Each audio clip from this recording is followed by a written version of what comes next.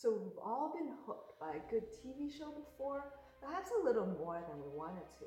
I'm talking about TV shows like Game of Thrones, Westworld, The Witcher.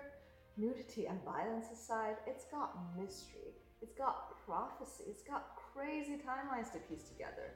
But that, in a nutshell, is the book of Daniel. So whether you're a Christian or not, there's much more to Daniel than what meets the eye. God wants us to read this mystery novel. He wants us to dig down deep. Just look at what he says in the book of Revelation. Blessed is he that readeth the word of this prophecy, for time is at hand. Revelation 1:3. Yes, time is actually at hand, and Daniel and Revelation are now open books. And look at God's promise in Amos. He says, surely God will do nothing without first revealing it to his servants, the prophets. Amos 3:7. So, do we really think this long stretch of history occurred without nothing being predicted and written down? No, God's handprint is all over the book of Daniel. And that is the simple truth. Daniel predicts world events long before it even happens. I mean, Daniel and his friends suffered trial by fire, the lion's den, competitions against false prophets to bring us what? A riddle to be buried in the sand? No. True revelations from God with important implications to his people. It doesn't get more dramatic than that. So by now, you probably saw some of my videos. There's the video of Daniel chapter 2 with the prophecy of the statue made of different metals. Or there's Daniel 9, the timeline that predicts the exact year of Jesus' ministry and his death. You see, I don't really force connections. They simply exist. But wait, there's more. There's so much more. So today's video is about the beast of Daniel. Beast, you say? What kind of beast are we talking about? I'm talking about the beast of Daniel as found in Daniel 7 and 8. We already have a rubric in Daniel 2, which I'm going to demonstrate to you, ladies and gentlemen, that this is the exact same event being repeated over and over again in the subsequent chapters, but each time focusing on more detail. Repetition is really God's way of making sure we understand important events. So let's quickly revisit Daniel 2 for those less familiar. So in Daniel 2, a vision of a statue was given. Its head was of fine gold, which represented the kingdom of Babylon. The chest and arms were of silver, which represented an inferior kingdom to come, the kingdom of the Medes and the Persians. And its belly and sides were of brass, which represented Greece. And finally, the legs were of iron, and his feet part iron and part clay, representing Rome.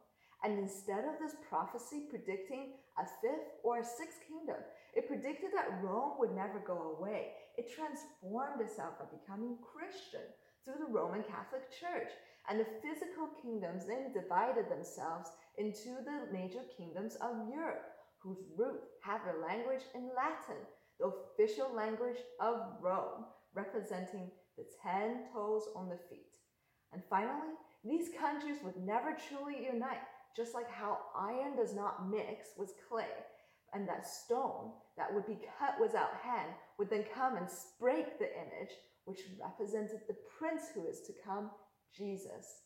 And therefore, it shows that this vision extends from Babylon until the very end of time.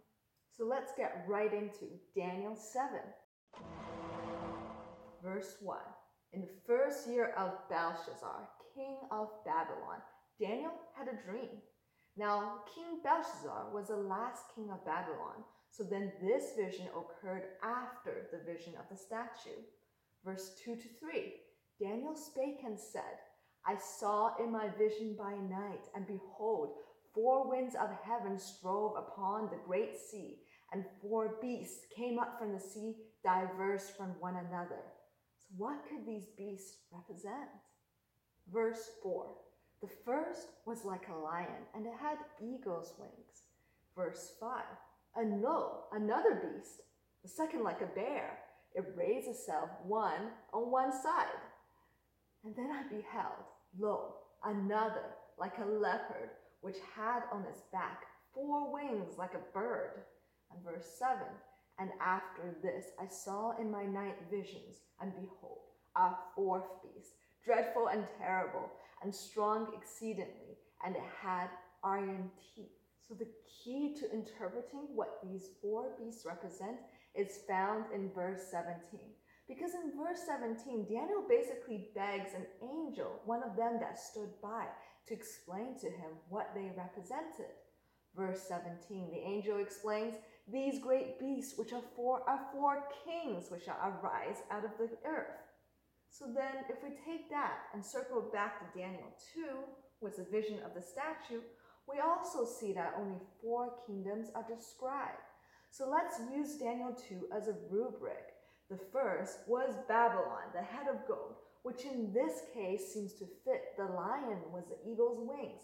Daniel, living in Babylon, would have been familiar with this symbol. Then the second was Medes and Persia, with a chest and arms of silver, which in this case seems to fit the bear, with the south rising on one side, because the Persians were much stronger than the Medes. Next is the kingdom of Greece, which is represented by the belly and sides of brass, which in this case seems to fit the leopard with 4 wings. And how do we know that it fits the leopard? Well, in Daniel 7, more detail is actually given about Greece. If we read further in verse 6, it says that the beast actually has 4 heads. This is imagery, because history tells us that once Alexander came and conquered swiftly and took over all of the known world, that his kingdoms were pretty much divided immediately at age 32 after his death. They were split up to his 4 generals, 4 exactly. Check the encyclopedia, which represented the region of Asia Minor, Greece, Egypt, and Mesopotamia, the Persian regions. More details are also given about Rome this time, the legs of iron and the feet of iron and clay. The 4th beast was so hideous that no other animal could be compared to it. It was dreadful and terrible, and strong exceedingly, with iron teeth, was the only way that Daniel could describe it. I'm guessing that Daniel didn't actually have an HBO subscription back then, because I imagine this 4th beast being something like Daenerys' dragon from Game of Thrones. The key similarity of this hideous beast to Rome, the Iron Kingdom, is the fact that it has large iron teeth, which devours and breaks in pieces and stamps the residue with its feet, and that it also had 10 horns, and that's Daniel 7:7. Compare that to Daniel 2, the statue that had 10 toes, and also that it says the 4th beast shall be as strong as iron, for as much iron breaks in pieces and subdues all things. Daniel 2:40. Both description talks about iron and subduing and 10 kingdoms. Now this expose about Rome continues and talks about how a little horn would then emerge out of Rome. I beheld and considered the horns, and behold, there came up among them a little horn, before whom 3 of the first horns were plucked out by the roots, and behold, in this horn were eyes like an eyes of a man, and the mouth spake great things. And I beheld until the thrones were cast down, and the Ancient of Days did sit. This is our world history depicted as a Game of Thrones, and that little horn which will emerge out of Rome will subdue 3 other horns and speak great things. Now, just exactly who this little horn is, we'll have to save that mystery for another time. But the pattern here is the exact same as Daniel 2, this time depicted in the imagery of the lion, the bear, the leopard, and a 4th beast. And just as a sneak peek, the same imagery will then again be repeated in the book of Revelation 13, where John says he sees a beast rising out of the sea, having 7 heads and 10 horns. And this beast was like unto a leopard. Its feet was like the feet of a bear, and its mouth the mouth of a lion. and the dragon gave him his power. Is God trying to tell us something with the same imagery? I think he definitely is. Now, do you remember how at the beginning of this video, I said I was going to demonstrate and submit to you that it is the same events being depicted over and over again, but each time with more details? Well, how about we take this beyond a reasonable doubt? Let's check quickly Daniel 8 to see if this pattern still fits. Verse 1. In the 3rd year of the reign of King Belshazzar, a vision appeared unto me, even unto me Daniel, after that which appeared unto me at the first. So this is 2 years later. Daniel has another vision, which is similar to the first, according to him. Can we just take a moment here to appreciate just how humble Daniel is? He says, the vision appeared unto me, even me, Daniel.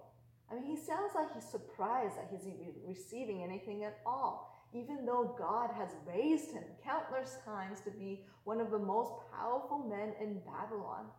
I love how God's servants are so humble. It seems that the closer we are to God, the more humble we become.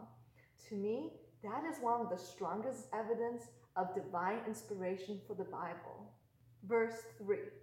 Then I lifted my eyes up, and behold, I saw by the river a ram which had 2 horns, and the 2 horns were high, but one was higher than the other. The higher one came up last.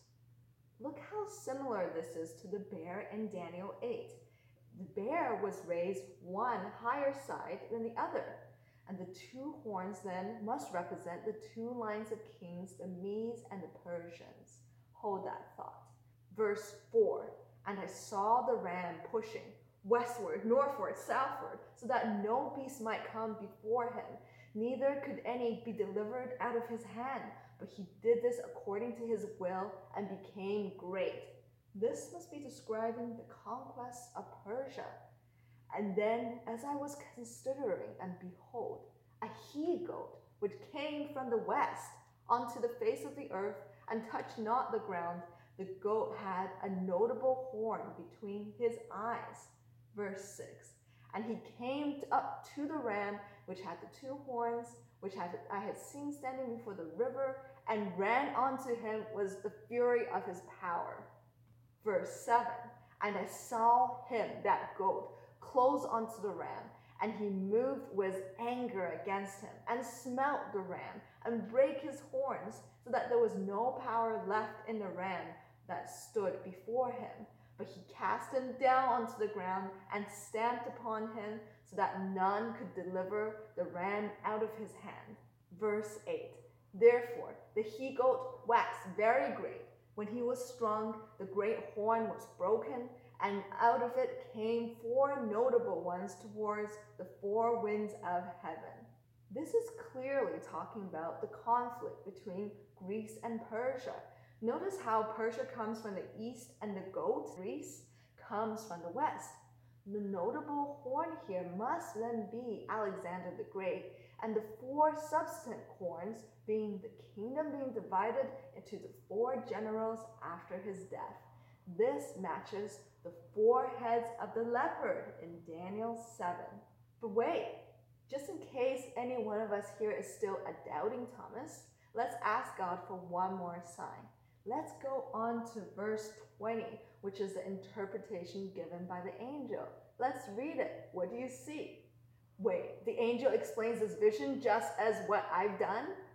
Because in verse 20, the angel says, the ram which thou sawest, having the 2 horns, are the kings of the Medes and Persia. And that rough goat is the king of Grecia. The great horn that is between his eyes is the first king. Wait, what? So the Bible predicted the kingdoms that would come after Babylon by name, Media, Persia, and Grecia. But this vision was made during the last king of Babylon.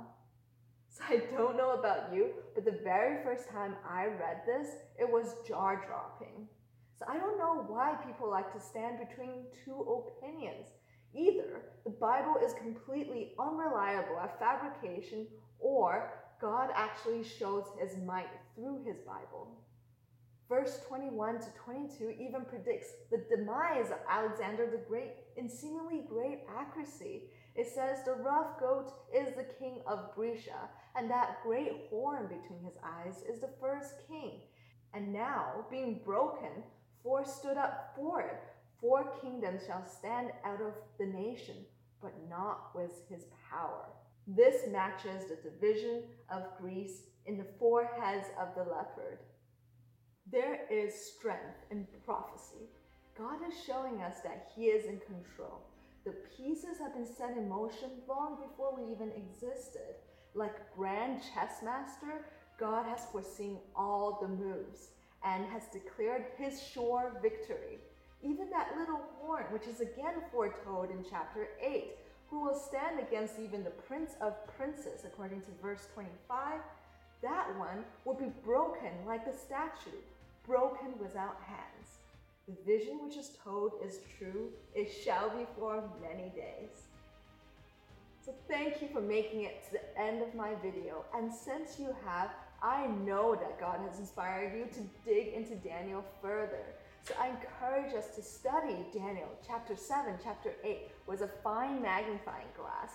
There's a lot to take in, but even more to discover. And soon in my next video, we're gonna dig into this little horn, its activities and its significance. God bless you and keep digging.